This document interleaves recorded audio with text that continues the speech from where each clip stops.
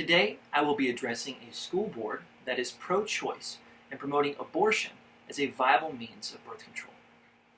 Hi, my name is Josh Shada. Have you ever considered abortion to be wrong? Have you ever known anyone who may have had an abortion? How far along were they? I know this is a hard subject to address. However, I felt this was necessary for you to hear another side to this argument. The main point I want to bring to your attention today is that in this school, you have clearly positioned yourselves in favor of abortion by providing ample information and access to Planned Parenthood as well as other abortion clinics, but have no information available on the risks of abortion and the long-term effects. Today I will be arguing that abortion is immoral, unsafe, and has devastating long-term effects on those who participate in such procedures. My hope for this argument is to ultimately change your opinion on abortion, but at the very least, to persuade you to show abortion for what it really is. To show the cost of abortion, which is more than just a simple procedure that you do and forget about the next week. I will start my argument with why it's immoral. This is a quote from the TFP Student Action Committee. Abortion strikes at the very core of humanity, in our country, the family. By destroying the most basic human bond of all, the bond between a mother and a child, abortion dissolves the precious glue that binds our nation together. Some argue that before a baby is born, it has no life, no soul, and no rights, according to the law of the land. But do you realize that you can hear a baby's heartbeat after just 6 weeks? This is an ultrasound photo. Right here is a little baby. At 6 weeks, you can watch on the scan as the heartbeat goes back and forth at 60 BPMs per minute, or whatever that is, but there is a significant heartbeat that you can hear. No matter how small, however insignificant it may seem to you, there is a human life with a future. That is the next part of my argument for why abortion is immoral. Life starts at conception. Abortionfacts.com states that life starts at the moment of conception. This is the definition given by any respectable medical textbook. Right in the textbook, this is what they say. To declare that the beginning of life starts at any point after the fusing of a wife's egg and a husband's contribution is irrational, and an exercise in sophisticated trickery to achieve a political, financial, or legal gain. Only machines such as socks and cars come into existence part by part. Living beings come into existence all at once and gradually unfold their world of innate potential. A living human person begins to exist at the moment of conception, even though only as a small cell. What is important is not the accident, the size, the weight, but the essence, which is fully human. The unborn baby has a distinct, unchangeable, unrepeatable genetic code, unique in all of history, from the moment of conception till death. When you take the life of an unborn baby, child, you are robbing a human being of its potential. You are imposing your will over its will to live. You cannot argue that if you had not gone through with this or that abortion, that child would have had a future, would have had a name, would have had a family. You rob that human being of its most precious right, the right to live. This is why I believe abortion is immoral. This goes on to my next point as well, that abortion is unsafe. Compared with any other medical procedure, the abortion industry is largely unregulated. Furthermore, the National Cancer Institute commissioned a study led by Jeanette Dahling, an abortion supporter, and her colleagues at the Fred Hutchinson Cancer Research Center found a link between abortion and cancer. Their research, and this is quoted from her, is that among women who had been pregnant at least once, the risk of breast cancer in those who had experienced an induced abortion was 50% higher than among other women. The Coalition on Abortion Breast Cancer reports 28 out of 37 worldwide studies have independently linked induced abortion with breast cancer. 13 out of 15 studies conducted on American women report increased risk. 17 studies are statistically significant, 16 of which found increased risk. Most of the studies have been conducted by abortion supporters. This isn't a biased representation, but a representation of fact. Planned Parenthood, who you admittedly defend and claim to be a respectable organization, is the complete opposite if you look at the facts. They don't want people to know the risk because abortion is big business for them.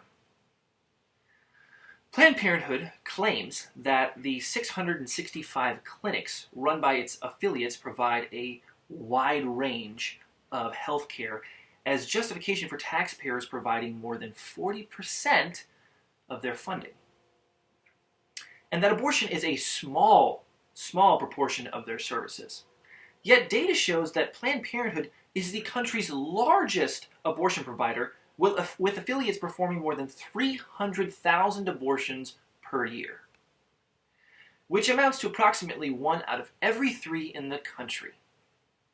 Planned Parenthood claims that abortions account for only 3% of their medical services. 3%? How does Planned Parenthood annual report arrive at 3%?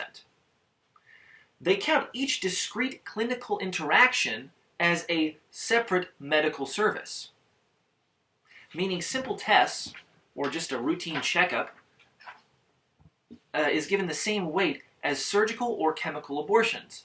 You go in, get a checkup, get birth control, whatever you need. They equate that with the same surgical weight as a chemical abortion. That's how they come up with that 3% margin. Not only are they lying about their numbers, but just do the math. 300,000 abortions per year times the average cost of an abortion, which is around $1,500, equals $450 million. That is a lot of cheddar. Clearly, abortion is a main revenue source for them, and their interests are clearly for profit, not you, not your unborn child, and not your future. This leads to my final point. Abortion has devastating effects on those who participate in such procedures. A new child is lost, and his future forever gone, but not forgotten. Is abortion a procedure that just comes and goes? Or is it something that leaves a devastating scar? There is a new push to change public perception about the regret of abortions, and there's a new study out which claims that women don't regret abortions, or at least a large percentage of them don't. This is interesting at first glance, but what were the logistics of the study? According to afterabortion.org, this study's findings and conclusions are overreaching due to self-selection and high dropout rates. To quote from the study, overall, only 37.5% of eligible women consented to participate, and 85% of those completed baseline interviews. This means that 62.5% of women refused to participate in the study. At first request they refused, and another 15% dropped out before the initial baseline was completed, yielding only a 31.9% participating rate as a baseline. With 68.1% of eligible women refusing to participate in the study at baseline, it is improper for the authors to suggest that their findings reflect the general experiences of most women. In a similar post-abortion interview study by Soderbergh, the author who reported that in interviews with those declining to participate, the reason for non-participation seemed to be a sense of guilt and remorse that they did not wish to discuss. An answer often given was, "I do not want to talk about it. I just want to forget." Wow. So out of that study, you get 68.1% who didn't even want to discuss or talk about their abortion because it's a terrible thing that lives with you your whole life.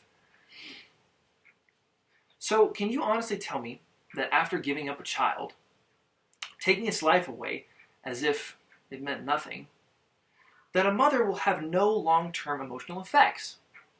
A mother won't ever wonder, what if? What color eyes might my child have had?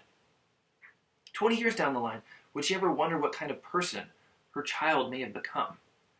I was watching a program the other night on Scientology, and one of the ladies was speaking of how she got out of Scientology, but there's a portion of Scientology where when they have service in the Sea organization, they're not allowed to leave. It's an extended service of 2 to 3 years. And their requirements for you, if you get pregnant, are to have an abortion. No questions asked, that's what you're meant to do. And this was, 15, 16 years down the line. She had gotten away from Scientology, and she had, 3 beautiful children of her own by then, her and her husband. But when they interviewed her and asked about the scenario, she just broke down into tears because even with having children later on in life, just the thought of her child that may have been was just so much to bear, and it crushed her. So I believe, based upon those facts and based upon talking to people, that abortion is something that has long-term effects. You don't just forget about it, it sticks with you for a long time. So back to my 3 main points. Abortion is immoral. Life begins at conception. A new heartbeat can be seen as early as 6 weeks. To take away a child's life just because human laws allow it doesn't make it right or moral. My second point, abortion is unsafe. Compared with other medical procedures, the abortion industry is largely unregulated. The risk of breast cancer for those who've experienced an induced abortion is 50% higher than in other women.